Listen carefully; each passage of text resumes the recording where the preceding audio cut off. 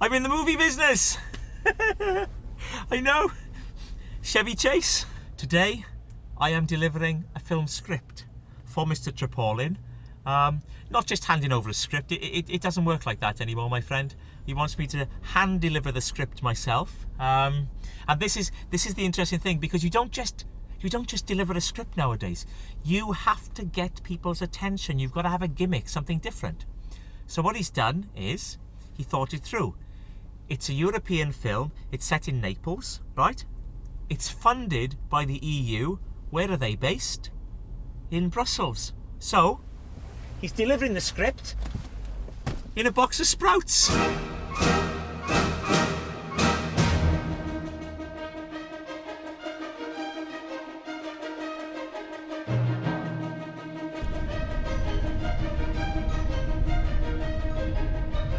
I play this for Mr. Tarpaulin in the morning to get him in the mood before he goes into meetings. All queued up. The first time I've ever met a man like the maestro. Never really spoken to one. I mean, he's not royalty, but he's American and he's very rich, and it's just different. I think he's used to beautiful things. Get the feeling that everything he's ever known has been beautiful. I can imagine him in a lacy cot with an Audrey Hepburn type nurse looking in at him. Then he went off to university in America. Then he came over here with a sports scholarship for Cambridge. But in spite of that, there's no standing on ceremony. He said to me, he said, my friend, because I said to him, I asked him, I said, what should I call you? And he said, well, we'll not stand on ceremony, my friend. He said, call me maestro. He doesn't wear his wealth on his sleeve. Although he does have a very, very eye-catching gold bracelet, which is just for luck. A lot of pride in his appearance. He likes that look. The sort of check shirts, lemon sweaters, the English gent. And he looks good. He does look good. He's quite an imposing figure. Well, he said to me, do you think I look like Sean Connery? I said, yes, I do. I mean, they're both open to the elements on the top. Right, he's in there now to do battle. Actually, it's either this or the Eye of the Tiger. So it's like a boxing match in here sometimes. He sweats. He gets very worked up about his meetings, But he's a teacher, because I have learned so much. It's a different type of business, because in what he does, it's not who you are, but how you appear. Appearance is everything. And we do all sorts of things. I'm going to do a thing now. In half an hour, I'm going to phone him on his mobile, right? And I'm going to be an American producer pretending that I want to buy the script. And that means then the people that he's seeing will think, hang on a minute, and they'll pay more. Stuart Little 2, 264,000 3-day gross. That's in pounds, mind. 392 different sites. Down 18 in the 3-day percentage change. That's very good business. That's a very good business. Hello. Right. Yeah, meeting's over. He was totally silent. Totally silent. Flagged me down at the side of the road, got in the car, and not a word from him all the way back to the house. Nothing. And yet, and here's the thing, here's the genius of the man. What is he? He's a communicator. And he was still able to communicate. We were passing a garage, and through gesture alone, I knew that he wanted a Diet Coke and a chunky Kit Kat.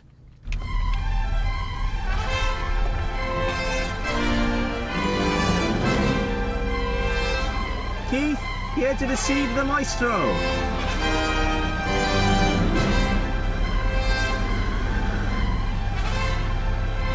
Kate's have a life of their own.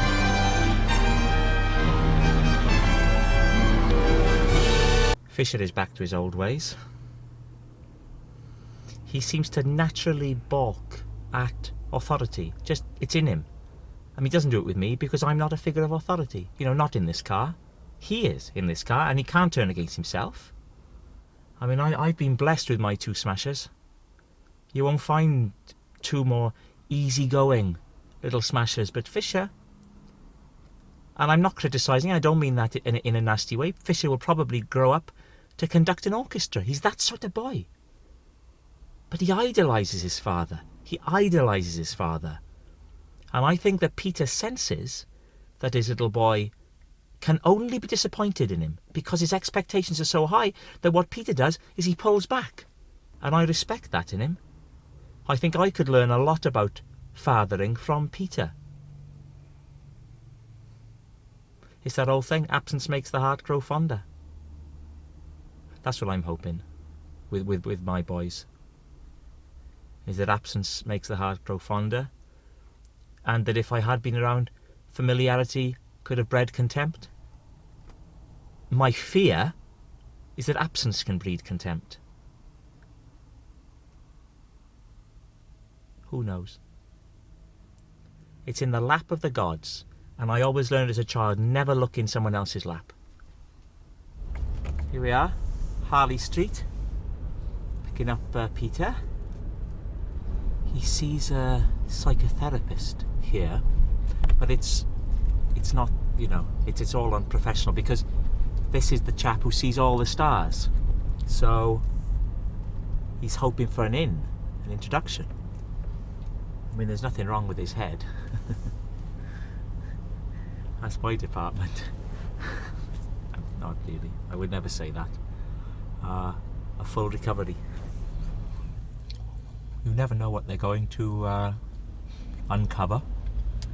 Really. They're like archaeologists, digging around in your mind. Or dogs digging in a garden. And they know where the bone is. They know where your bone is, which is more impressive. They haven't left that bone there. I think they work on the principle that people tend to leave the same bone in the same spot of the garden most of the time. That's what I learnt, was that most people's issues are the same. They're all the same. And they're like dogs, and they'll go and sniff around a corner of your garden, and they'll start to scamper like that, and you'll think, why are they looking there? And then they'll come up with a bone in their mouth, which will be something from your past, and they'll show you the bone, and you'll say, God, yeah, I'd forgotten about that. And they'll say, well, it's because of this bone that you buried here that you've been feeling under the weather. And that's it. Bingo.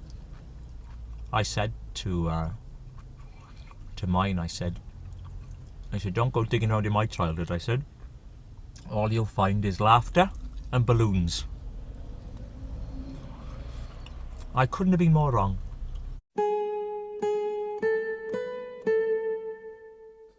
That's a drama school, would you believe? Very modern. And the maestro is in there as we speak, because they're doing a show, an end-of-term show. A lot of these cars, actually, are from producers and directors looking for the stars of tomorrow. And Peter will wander around, giving out his card to who he thinks is talented. Could be an actor, could be an actress. Most likely an actress. Because, as he said, this is fascinating, he said, with an actor, my friend, a male actor, you will find competition. He said, they will look at me, he said, and they will want to compete with me. They want to be the alpha male. But with an actress, that's not there. An actress knows I'm looking at her for one thing alone. Because he's got an idea for which is this'll blow you away. For a teen movie. Now they're quite popular, teen movies. Jerkfest 2 is the name of it. And there hasn't been a Jerkfest 1, which I thought, well, you've slipped up here, but he explained it. This is lovely. He said, if you put a 2 after it, it sounds like a sequel. And it gives people more faith in the film, because they think, well, Jerkfest 1 was good enough, or Jerkfest they'd have called it, wouldn't they? good enough for a sequel. They'll think, let's meet those characters again, because they'll think those characters are familiar to them, even though they're not. This is the other side of the acting business, of course, because look at this. This is not very glamorous, is it? This is the reality of it. Fame costs, and this is where you start paying. Literally here, because the car park is pay and display. Film folk are a breed apart. They have to be. Determined, dogged.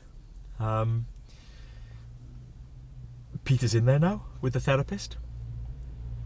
No introduction as yet to the talent, as he calls them, the big name actors. I think he's hoping to get someone like Anthony Hopkins or someone like that. But he won't give up. This is his second session this week, number 6 in all, and it takes it out of him. He comes out, his eyes are red, he looks smaller. Oh, I say to him, Peter, you know, why do it? And he doesn't answer. He sits there very quietly, looking out the window, almost as if he's looking for an actor out there. It's funny when they have their sessions, because when he comes out, I can always tell what they've been talking about.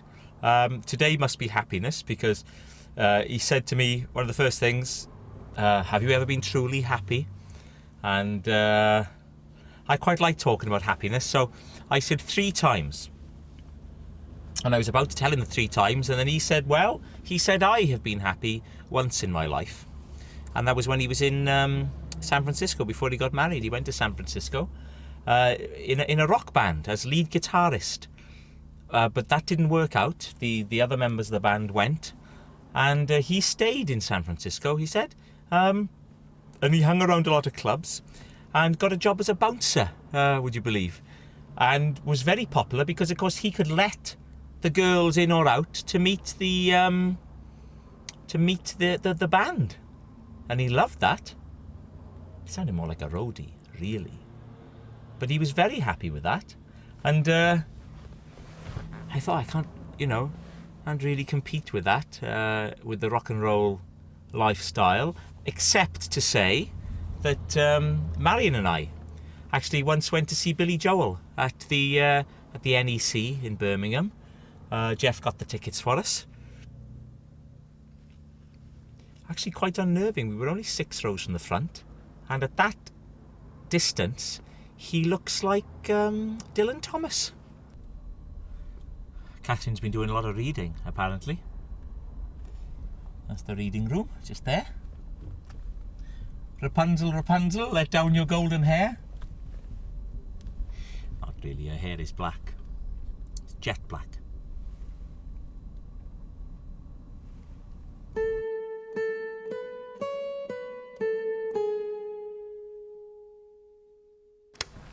Peter's made a breakthrough. Her name is Jocasta. That's where she lives. And they've just gone in there now, happy as Larry. And Peter will now begin the process. It's remarkable. It's like Star is Born. I feel like I'm sort of watching on the sidelines. He gets to know about her. He says it's important to go to their homes, see what they like, what they don't like, what they want to do, what they don't want to do. Have a good route about.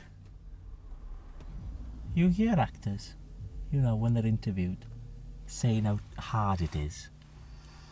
Well, I've never believed them, but 2 hours now, and I know what he's like. He's relentless.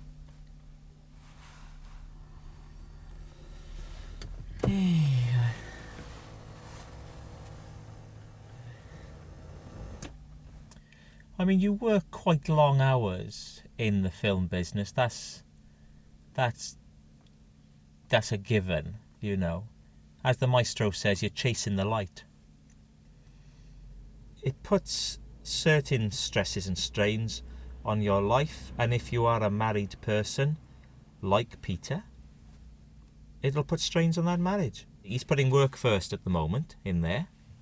But when I get him back, he will have put Jocasta behind him, and then he'll be onto Catherine, and he's able to focus and he's able to compartmentalise in the way that David Frost did in the 1970s when he was going back and forth to New York all the time.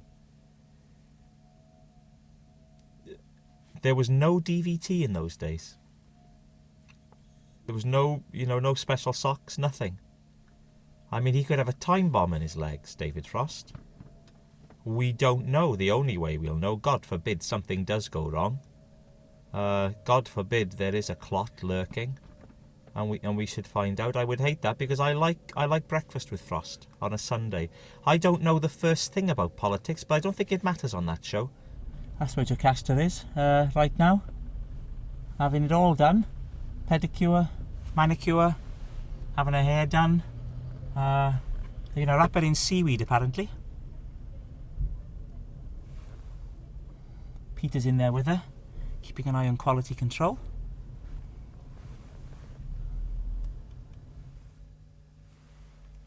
I had tea here yesterday with Catherine, who was a little bit low, if you know what I mean, a bit under the weather. And I said, look, the only way of lifting yourself out of the low is to go right back to where it started. And we tried to do that. We tried to get her to go right back, find the source of it. But she couldn't get back any further than when she got married. Just had another shopping trip with Catherine, but it's not been a success, in all honesty. We've tried them on at home, and they're too young, they're for a younger woman, and they just don't look right, I would have told her. So they're all coming back.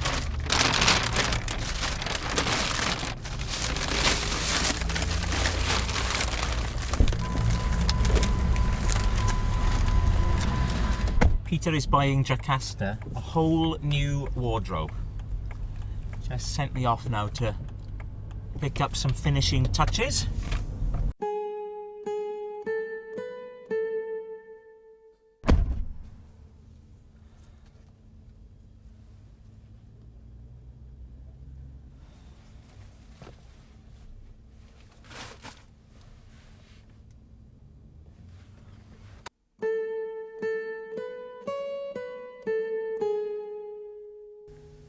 Mr. Tripolin is in there now with his protege.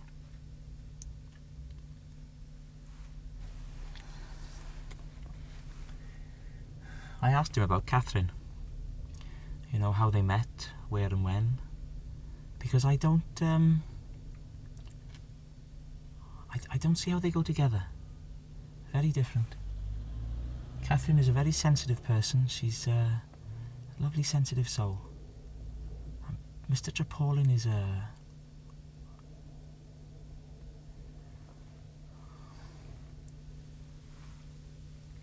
I don't want to point the finger, because I'm not a pointer. I don't do that. You can never know the secrets of another man's marriage. I've always said that. I've always said it. I didn't know the secrets of my own. Mr. Tripolin just asked me what I thought of Jocasta. I said, yeah, wonderful. I said to him, you must be very proud. I said, she's the daughter you never had. Well, I'm supposed to be running Jocasta home. And on the way she said, oh, we'll just stop here for a sec. Fine. She popped up there. She was gone for half an hour. Eventually came back with a big, lanky, muscly lad. They get in the back and they start playing on the Xbox. Not a word to me. Well, that's not true. Afternoon Barrett, she said. Very snide, I said nothing back, nothing. Then they get out of the car, they troop back in, and I've not seen them, which is telling a lie. I see them occasionally, because there's two of them come and stand and look out the window at me. I phoned Mr. Tripolin, and I told him what was happening, and he said, whatever the lady wants, was his words. I felt like saying, she's not a lady. There is a little lady closer to home that you should be thinking of, meaning Catherine. But I didn't, I kept stum. Well, it's all coming on to plan. Mr. Tripolin has arranged an interview for Lady Jocasta with a film executive. So it's all very nice. It's still in there now. Going over lines. He said it's going to be like the moment that Debbie Reynolds was discovered in a milk bar. Mr. Trippolin sent me to get this. Cheers. Oh, here they come.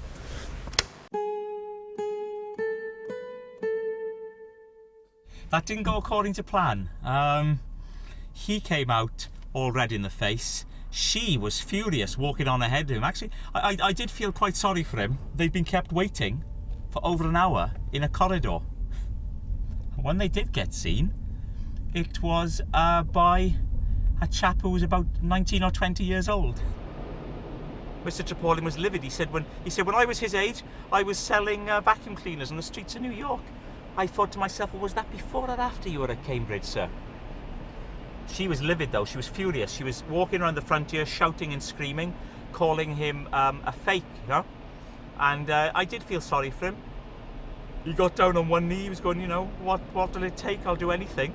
And he went to give her the champagne. She took the champagne, swung it past him, just caught him on the side, hit the side of the car, exploded. It went all over the windscreen, all over the side here.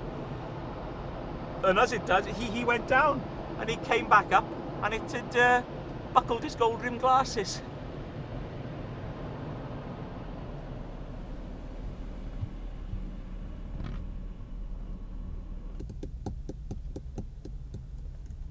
I've no idea what he can be talking about all this time.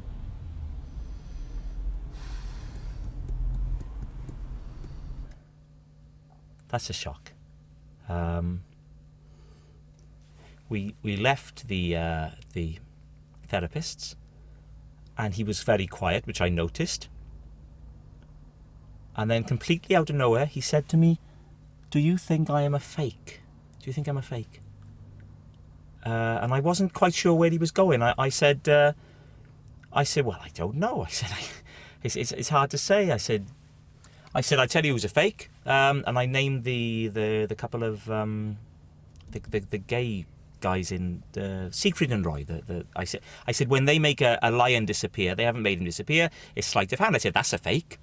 I said, but this is not a fake. I mean, look at all this. You couldn't make that disappear. I said, you know, the house and everything. And that's when he dropped the bombshell. It's not his. It's Catherine's. All of it. But he is a film producer. I mean, he has made a film. That's the thing. A biblical epic. You know, he saw that they don't make those anymore, and he'd thought he'd spotted like a mirage in the desert, a gap in the market. As he said, it was, you know, what he'd spotted was a black hole. It's the story of Ezekiel, the prophet from the Old Testament, and it stars the is his name the man out of LA Law, and terribly sad this, because there's a lovely role, a featured role of an elder of the temple, and they were plumping on Richard Harris for it, and it was all agreed bar the contracts, but they'd made the fatal error. They'd scheduled it during the rugby season, and Richard, of course, a big fan of Ireland, so he pulled out at the last minute. Ever the gentleman, he sent a bottle along, but as Peter said, you can't put a bottle on the screen, so they had to rally the troops, and luckily they were able to secure someone else who well, needs no introduction to you if you're familiar with Turkish television, because he presented their lottery show every Thursday. And the good news for me is that I'm going to see it. I'm going to see it tonight. We're having a premiere.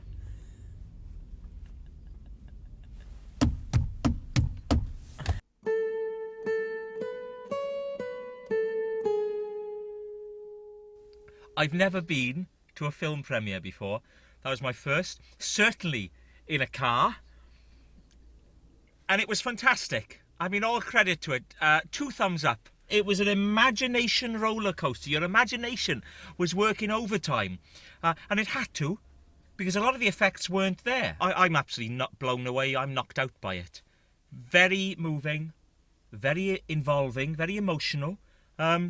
Less so the last 20 minutes because there was no sound. Catherine had stopped the funding by then. But still, a very emotional experience for Peter because it's his premiere.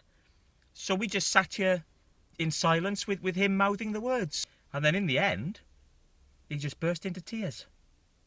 Right there. Sobbing, really, you know.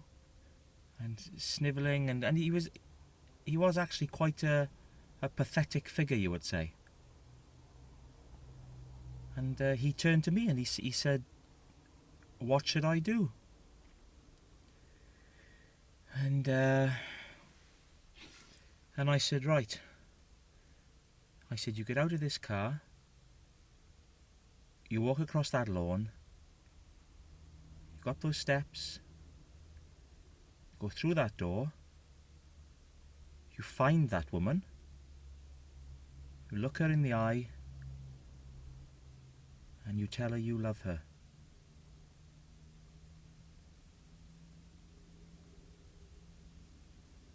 And that's what he's doing now.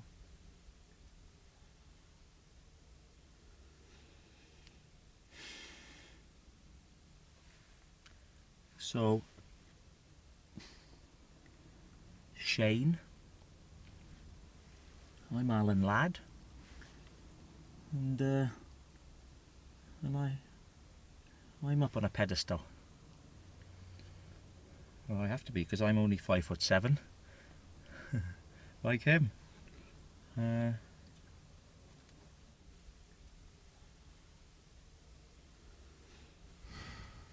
Where are you going, Ezekiel?